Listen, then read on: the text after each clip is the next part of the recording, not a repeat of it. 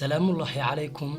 أصحابتي قيمها بدن كسو دواad muuqaalkeena maanta adduunkan hadda ay ku noolnahay wuxuu isku bedelay casri tiknoolajiyadeed wax walba waxay noqdeen technology ha noqoto shaqada ha noqoto waxbarashada wax walba oo maanta arkaysid digital ay noqdeen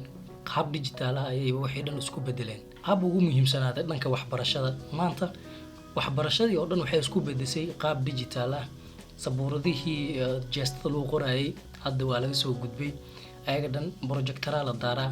marka ardayga waxa qasab ku ah inuu asigana la jaan qaado ardayga xilligan joogo inuu xilligan tiknoolajiyada la jaan qaado hadda arday tahay waxa qasab ku ah inaad la jaan qaadid casrigan oo aad adigana dhanka kala socotid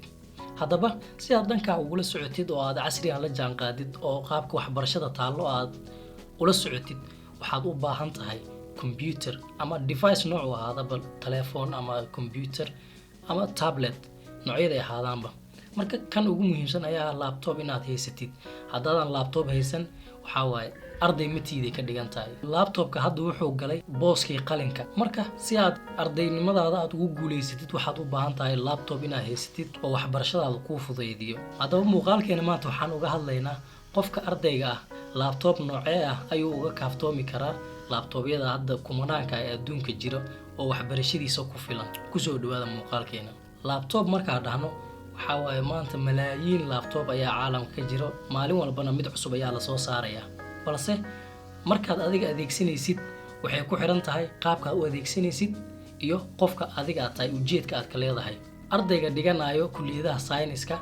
laptop wuxuu u baahan yahay iska normal ah maadaama asiga waxbarashadiisa ay tahay mid akhris iyo qoraal iyo muuqaal ay tahay bis oo wax kale ku jirin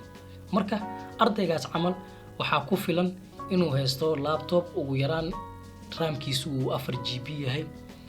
ay maskaxdiisa storage-kiisana ay tahay 500 ama 200 xitaa way anfacaysaa 500 uu yahay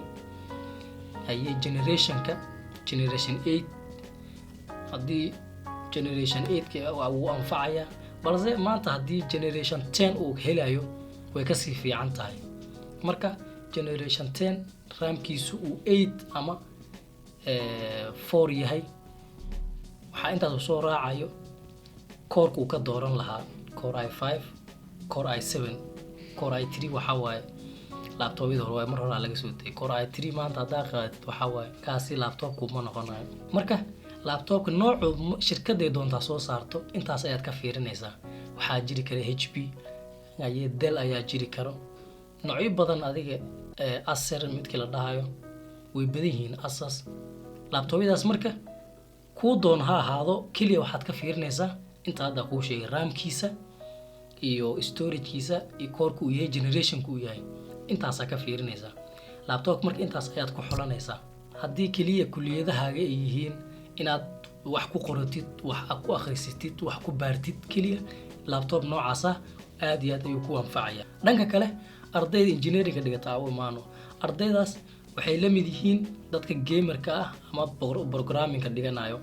engineering-ka qaybo badan ayaa loo kala qaadaa balse haddana isku soo duub waa engineering oo dhan midka software engineering-ka ahaado midka civil engineering mechanical engineering electrical engineering wixii engineering sheegta dhan isku soo duub waxay u baahan yihiin laptop ka awood badan ardayda kale ardayda kulliyadahooda theory yihiin iyo adiga isku laptop ma noqon kartaan sababtoo ah shaqada aad adiga ku qabsanaysid iyo shaqada ay ku qabanayaan isku mid maaha marka laptopyo ka adag ayaad u baahan tahay kuwaasi marka si aad u ogaatid waxaad ka fiirinaysaa adigana laptopka afarteeda ku sheegay ayaad ka fiirinaysaa oo kala ah RAM-ka generation-kiisa storage-kiisa iyo core-ku uu yahay aan ku horeyno RAM-ka meesha ugu hooseeyo uu yahay 8 aab waxa waaye aad uu culus yahay marka meesha ugu hooseeyo 8 inuusan ka yaraan storage-kiisana 500 uusan ka yaraan 500 ilaa 1TB uu u dhaxeeyo tan kale generation-da ugu dambeeyay generation 10 inaad haysatid waaye meesha ugu hooseeyo generation 10 core-ku uu yahay 5 ama 7 midkood aad dooratid intaas ayaad ka fiirinaysaa mid kale aan ku raacinayo adiga waxa waaye laptopyadii kale hore hard disk-gooda kamaan hadlin sababtoo ah midkaas hard disk noocu doon ha ku xirnaado waxa waaye uu anfacaya asiga laakiin adigan laptopkaaga hadduusan diskiis ahayn SSD waxa waaye si kastoo uu yahay culeys ayuu kugu noqonayaa hawlaha kuma fudeydinayo marka midda shanaad aad ka fiirinaysid waxa waaye inuu hard diskiis uu yahay SSD haddaa tahay arday dhigta engineeringka adigana laptop hadaad u baahan tahay shantaas nooc ka fiiri kadib waxa waaye laptop ku anfaco hawlahaagana kuu fudeydii ayuu ku noqon doonaa maanta kadibna haddii aad suuqa tagtid kuma wareeri doontid laptop noocee qaataa laptop noocee fiican maanta laptopyada dhan way fiican yihiin laakiin waxay ku xiran tahay shaqada aad ku qabanaysid maanta haddii shaqada aad ku qabanaysid ay tahay inaad wax ku Google-ka ka search gareydid haye Word-ka wax ku qoratid slides aad ku diyaarisid aad ku soo jeedisid wax ku daawatid intaas hadduu yahay laptop kaarabtid waa qaadan kartaa adoon xulan xitaa waa qaadan kartaa balse haddii aad u baahan tahay inaad programming samaysid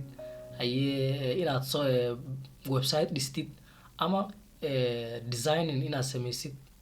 ardada kale engineering civil engineering asigana guryaha iyo naqshadeynta guryahaasi aday tahay dhanka mechanic asigana naqshadeyn iyo waxyaabaha soo leeyahay asigana dhankiisa kale waay marka waxyaabahaas waxay u baahan yihiin laptopyo ka awood badan laptopyada kale marka sidaa darteeda waxaad u baahan tahay inaad xulatid maadaama shaqada aad ku qabanaysid ay tahay shaqo adag marka shaqada aad ku qabanaysid maadaama ay tahay shaqo adag waa inaad xulataa shantan ma ku sheegay ee aad ka fiirinaysaa kadib laptopkaagii waad qaadanaysaa maanta kadib kuma wareeri doontid laptopka aad qaadanaysid intaan ayaan jeclaystay inaad la wadaago waxaan rajeynayaa inaad wax uun ka faa'iiday intaan muuqaal noocan oo kale ah ku kulmi doono waxaan idin leeyahay nabad ahaada